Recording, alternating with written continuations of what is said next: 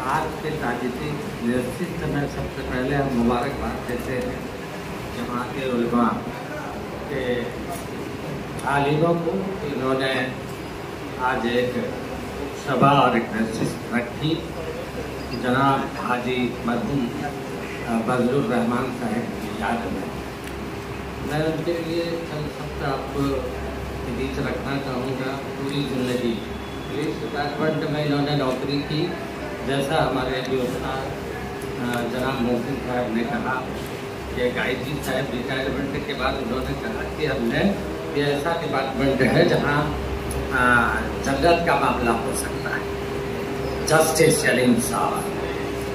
तो फजलुर रहमान साहब मरहूम पुलिस महकमे में थे और इसके बावजूद जो कि करप्शन का डिपार्टमेंट भी कुछ कहते हैं, लेकिन इन्होंने पूरी अपनी जो जिम्मेदारी थी पूरी ईमानदारी के साथ, आखिरत की फिक्र के साथ और दीन के साथ अपने काम को अंजाम दिया। ये उनके अंदर बड़ी सिफत थी। पूरी ज़िंदगी दुनियावी जो ज़िंदगी थी वहाँ पे उन्होंने अपनी जिम्मेदारी को पूरी ईमानदारी से निभाई और दुनिया में रहते हुए आखिरत की पूरी फिक्र थी। बचपन से हमने देखा है उनके अंदर पाबंदी, दीन की पाबंदी, नमाज की पाबंदी और आलिमों की इज्जत करते हुए मैंने खुद भी देखा। आलिमों के लिए बड़ा उनके मन में बड़ी इज्जत थी।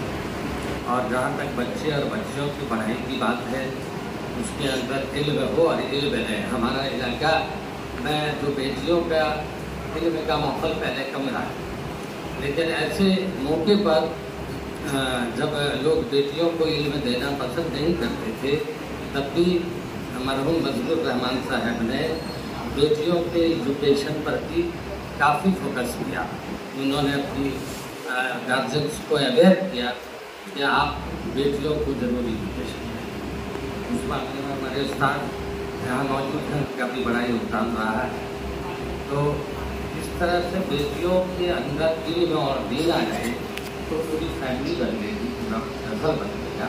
उसमें भी वो बड़ा नेक काम करते दुनिया हैं कि बेटियों ने दूध भी लिया, उनको उसके फैमिली को दूध भी दो और दुनिया की तारीफ।